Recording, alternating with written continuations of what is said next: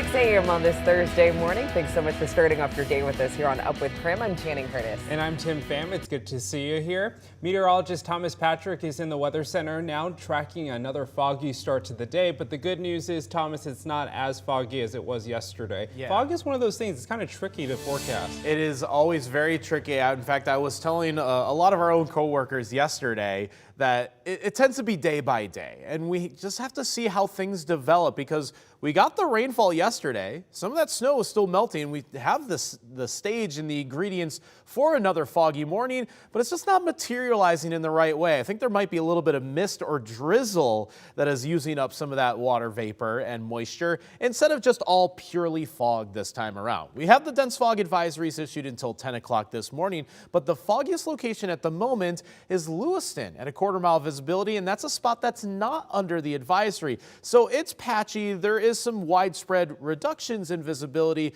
but it doesn't feel as severe as yesterday. Additionally, it's not as cold as yesterday either, so no freezing fog, no icy roads this time around. Our temperatures are ranging between about 34 to 36 between Spokane and Coeur d'Alene. Happening today, the Boeing plant at the center of the door plug investigation will close today. Our Nicole Hernandez is live in the newsroom right now to explain why the plant in Western Washington is closing. And Nicole, you also have some new video of that Alaska Airlines door coming off, and it's quite frightening. Yeah, Tim, I actually have the video right here behind me. You can see the passenger who shot this looked like they were directly behind the row where that door plug flew out. Now, the door came off the Alaska Airlines plane almost 3 weeks ago. Now, today, the Boeing plant on the west side is closing down just for the day.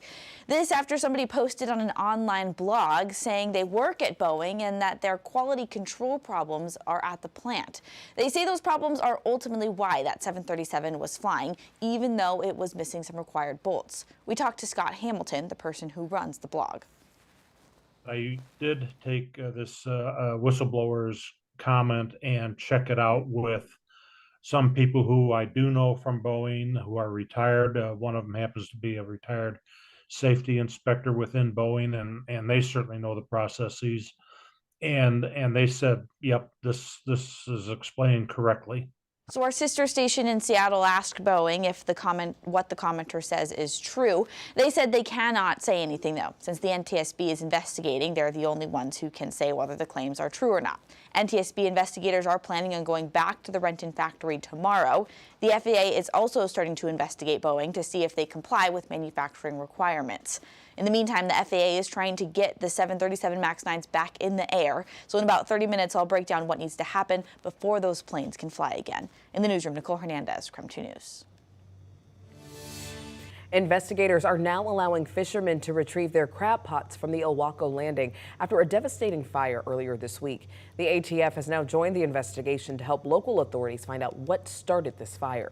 This thick black smoke could be seen for miles as the fire burned on Monday. The Department of Fish and Wildlife says that flames destroyed more than 3,700 crab pots. And this comes just a little more than a week before the start of the coastal commercial Dungeness crab season. The crab season does have to go on.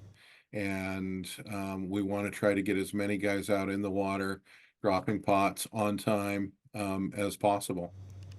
The Department of Fish and Wildlife says it is working to expedite the relicensing process, as each replacement pot needs to be tagged by the state.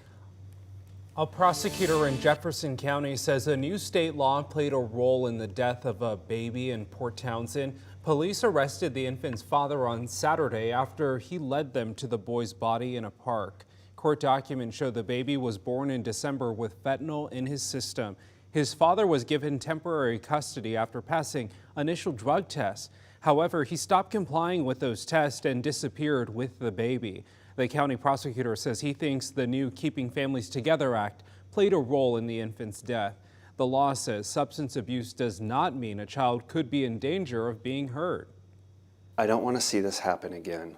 This was a foreseeable result, and I don't understand how the legislature did not contemplate this happening when they passed this law. The Department of Children, Youth, and Families says the law has helped keep kids from being unnecessarily separated from their families.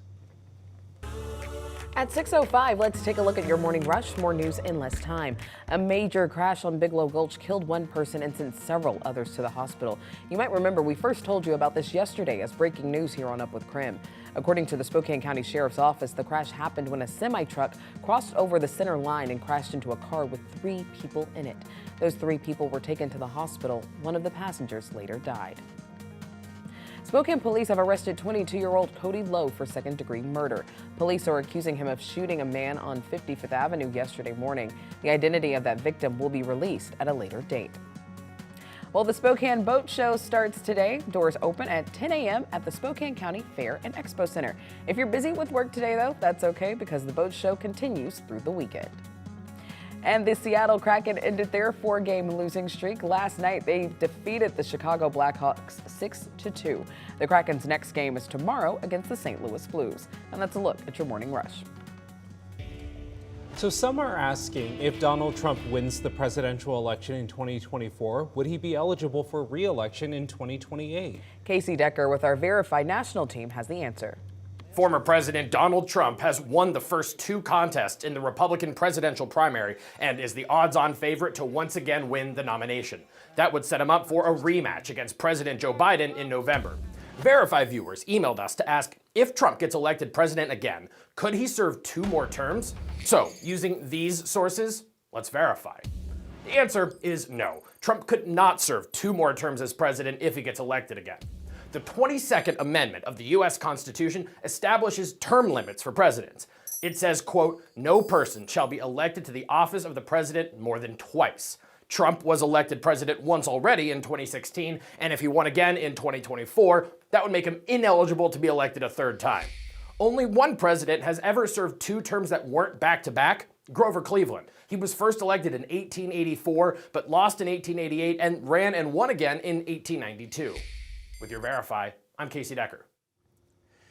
It's 6:08 and our weather conditions once again seeing a bit of patchy fog, and we might even be seeing a bit of mist or drizzle in the atmosphere for this morning. Not as much rain as what we had yesterday, but we're getting some light reports of perhaps just a bit of very, very, very light rain at the moment, but otherwise just overcast skies, and we're right at 34 degrees, so less icy conditions compared to yesterday. What a difference between the west side and the inland northwest, as plenty of rain is hovering over Seattle and Portland, but none of it is making it past the Cascades, just acting like a brick wall this time around. So much less rain in the forecast today, just a bit of patchy fog through the morning hours, and what is just going to be an overall overcast day with highs in the upper 30s to around 40.